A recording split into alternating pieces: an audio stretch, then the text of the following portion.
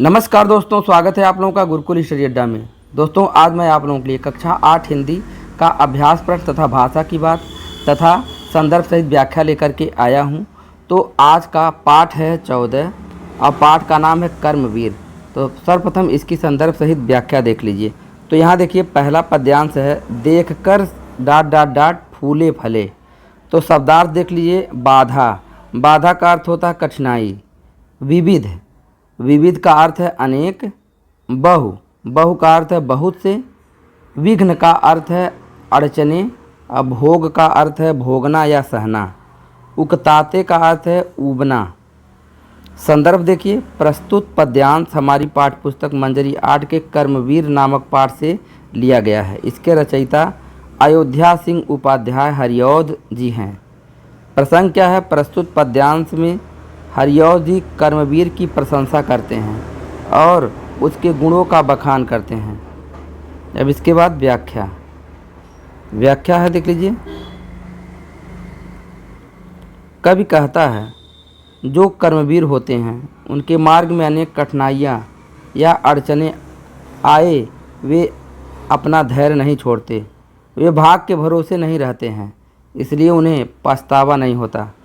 कितना भी कठिन कार्य हो, वे उससे ऊबते नहीं हैं, अर्थात अपना कर्म मन व लगन से करते हैं।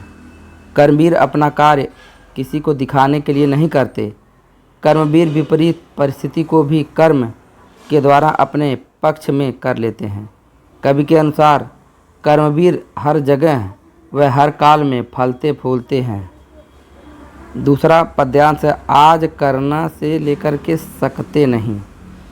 शब्दार्थ देखिए, सबकी कही, दूसरे लोग जो कहते हैं।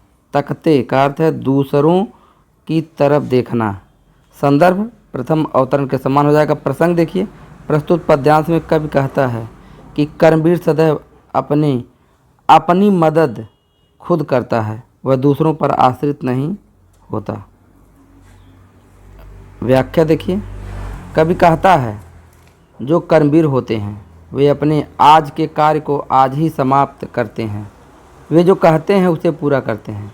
कर्मवीर दूसरों की बातें भी सुनते हैं, परंतु निर्णय हमेशा अपने मन से ही लेते हैं। कवि कहता है कि इस संसार में जो व्यक्ति अपनी सहायता स्वयं करता है, उसको दूसरों की सहायता के लिए उनका मुंह नहीं देखना पड़ता। कवि कहता है, कर्मवीर के लिए ऐसा कोई कार्य नहीं जिसे वह नहीं कर सकता। अगला पद्यांश, जो कभी से लेकर के उनके लिए। बिताते का अर्थ है समय व्यतीत करना। गंवाते का अर्थ है बेकार करना। यत्न का अर्थ है प्रयत्न और जी चुराना का अर्थ है कार से बचना। संदर्भ प्रथम अवतरण के समान हो जाएगा। प्रसंग, प्रस्तुत पद्यांश में कवि कर्मवीर के विषय में कहते हैं कि कर्मवीर कभी अपना समय बर्बाद नहीं करते। व्याख्या देखिए, कवि कहता है कि कर्मवीर कभी अपना समय बर्बाद नहीं करते। वे कार्य के स्थान पर कार्य ही करते हैं, बातों में अपना समय नष्ट नहीं करते, अर्थात वे समय को बहुत महत्व देते हैं। वे कार्य को समय पर ही करना पसंद करते हैं, उसे कल पर नहीं छोड़ते, निरंतर प्रयास करते रहते हैं, उससे नहीं बचते। समय का सदुपयोग ही कर्मवीरों का महत्वपूर्ण गुण है। अगला देखिए, वे नमूना से लेकर के रहता है कहीं। नमूना अर्थात मिसाल। व्योम का अर्थ है आकाश या गगन। दुर्गम का अर्थ है कठिन। तम का अर्थ है अंधेरा। भयदायनी का अर्थ है भयानक। डरा देने वाली का अर्थ भयदायनी का अर्थ है भयानक या डरा देने वाली। लवर का अर्थ है अग्नि की लपट या ज्वाला। संदर्भ प्रथम अवतरण के समान।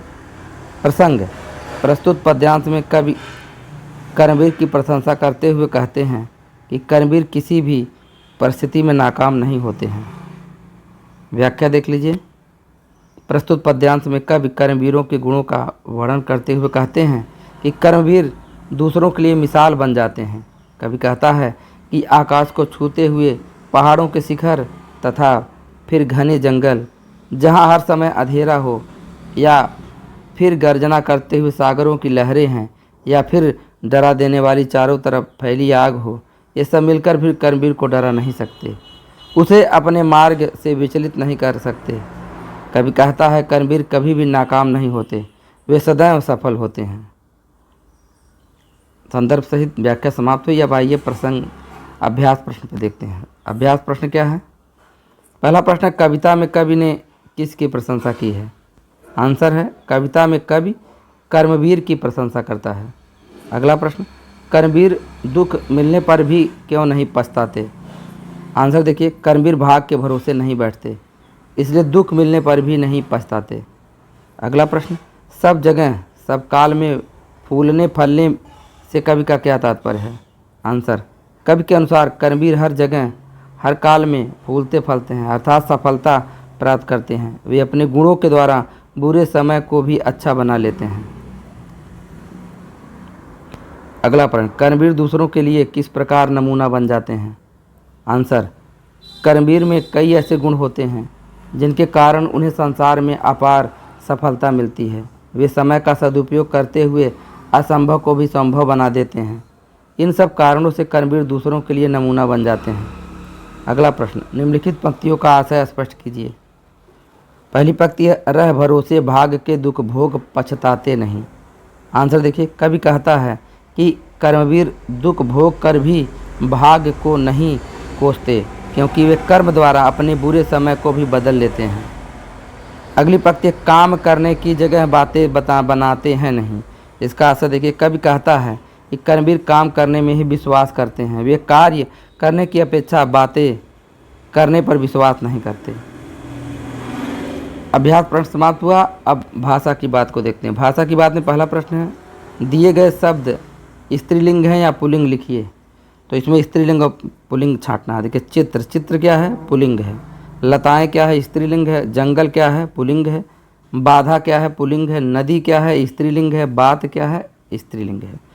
अगला प्रश्न, कुछ शब्द उपसर्ग और प्रत्यय दोनों के योग से बनते हैं, जैसे पर धन, अधीन धनता, पराधीनता।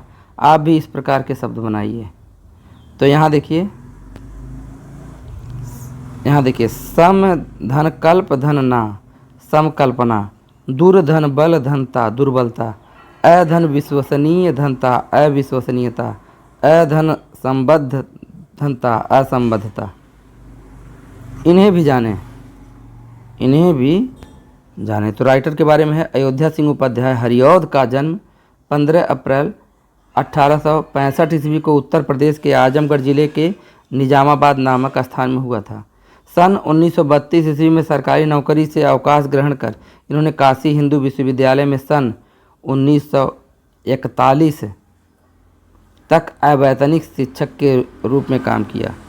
इन्होंने विविध विषयों पर काव्य रचना की। वैदेही वनवास, रस कलश, चुभते चौपदे, अधिकिला फूल, पारिजात तथा ठेठ हिंदी का ठाठ इनकी प्रमुख रचनाएं हैं। प्रिय प्रवास हिंदी खड़ी बोली का प्रथम महाकाव्य है। 16 मार्च सन 1947 ईस्वी को निजामाबाद में इनका निधन हो गया। तो इसी के साथ ही वीडियो समाप्त कर रहा हूँ। और भी चैप्टर का वीडियो देखना हो तो इसी वीडियो के डिस्क्रिप्शन में लिंक मिल जाएगा। धन्यवाद।